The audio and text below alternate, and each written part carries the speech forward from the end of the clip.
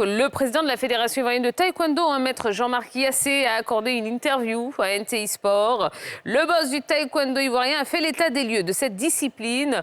Au micro d'Yves Boris Vey, Armel Yao, Hervé Kiessé et Moon au montage. Élu à la tête de la Fédération ivoirienne de taekwondo en octobre 2022, Jean-Marc Yassé a accepté de se confier à NTI Sport pour faire le bilan de ses 9 premiers mois à la tête de cette fédération. On le rejoint pour cet entretien.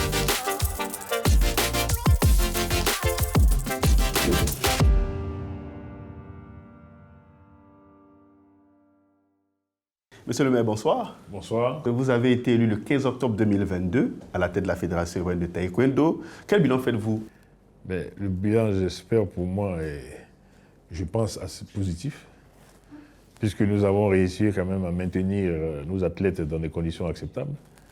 Vous avez aujourd'hui Cissé Cheick, qui était dans une catégorie de 81 kg, qui est passé à une catégorie de 85 kg, où beaucoup de personnes pensaient qu'il allait s'arrêter. Mais non, il a non seulement remporté la médaille d'or au Grand Prix, et il est aujourd'hui champion du monde avec la médaille d'or de 87 kg. Il ne fait que progresser depuis un bout de temps et nous lui souhaitons bonne chance. Après votre élection, vous avez mis un vœu qu'il y ait la paix au sein de la famille de la Fédération de taekwondo. Vous avez intégré Maître Junon et Maître Patrick Remac dans votre comité directeur. Est-ce qu'on peut dire aujourd'hui, avec ces actes que vous avez posés, il y a eu la paix des braves? Bon, quand vous dites paix des braves, c'est trop grand. Moi, je n'avais pas de problème avec quelqu'un. Je suis venu, j'ai demandé à tout le monde de se mettre à la disposition du taekwondo et de la fédération. Et par la grâce de Dieu, tout le monde réagit positivement.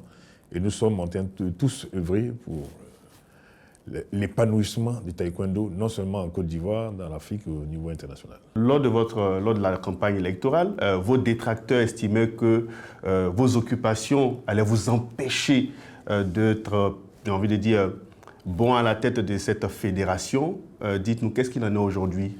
Mais tout est une question d'organisation. Je pense qu'il y a des gens qui ne sont pas assis tous les jours, 24 heures sur 24 à leur poste, mais de façon stratégique, qui arrivent à orienter et organiser. Il ne faut pas dire seulement, bon, je suis.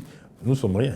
Nous sommes tous poussières, on va devenir poussière, mais il faut savoir s'entourer de personnes compétentes, valables et prêtes à travailler. Et c'est ce que j'ai fait. J'ai pris des gens qui sont prêts à travailler.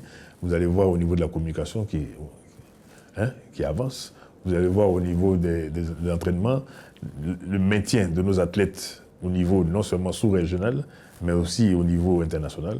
Ça va. Maître Bamba Cheikh Daniel a fait un travail remarquable à la tête de la Fédération ivoirienne de taekwondo. Est-ce que c'était facile pour vous de succéder à ce grand monsieur? Effectivement, il a fait du bon travail. Et j'étais aussi avec lui dans son dernier mandat. Je suis présent et nous l'avons accompagné. Et je pense que j'ai ma part à jouer et j'ai mon plus à apporter au niveau du taekwondo en innovant. Vous allez voir, les innovations ont commencé. Au niveau des championnats, on a pris des championnats, ce qu'on ne faisait pas au départ, inter-sociétés qui vont commencer. Nous avons des championnats intercommunaux. Nous avons les PUMC qui ont commencé à venir, ce qui n'était pas avant, et qui permettront aussi à nos athlètes de sortir pour aller combattre. Nous avons tous ces challenges-là que nous sommes en train de relever avec beaucoup d'innovation.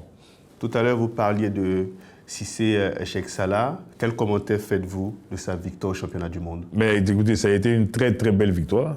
Lui et puis Ruth aussi qui a très très bien combattu. Je vois qu'au fur et à mesure, il progresse. Nous avons 2 personnes qui vont nous, par la grâce de Dieu, nous amener de belles médailles pour les Jeux Olympiques 2024. Nous leur souhaitons bonne chance de continuer à s'entraîner. Nous allons faire en sorte qu'ils puissent continuer à faire des tournois. Et aussi d'autres athlètes qui sont dans les pipes. Vous avez Issa Diakité, vous avez le jeune Aaron, vous avez notre fille Ama. Bon, il y en a. Et notre souhait pour la fédération, c'est d'avoir au moins 4 à 6 athlètes. C'est Dieu qui nous dira le reste. Combien de médailles vous promettez aux Ivoiriens pour les Jeux de Paris 2024? Bon, déjà, je pense que 2, c'est sûr. J'espère au moins avoir 4. Je parle de l'or. Mais pourquoi pas? Oui. J'espère avoir au moins 4. 4 médailles. Oui. Mais écoutez, on y va. Au plan financier, les moyens sont-ils réunis pour permettre à nos athlètes de se promener dans de bonnes conditions pour aller à ces compétitions?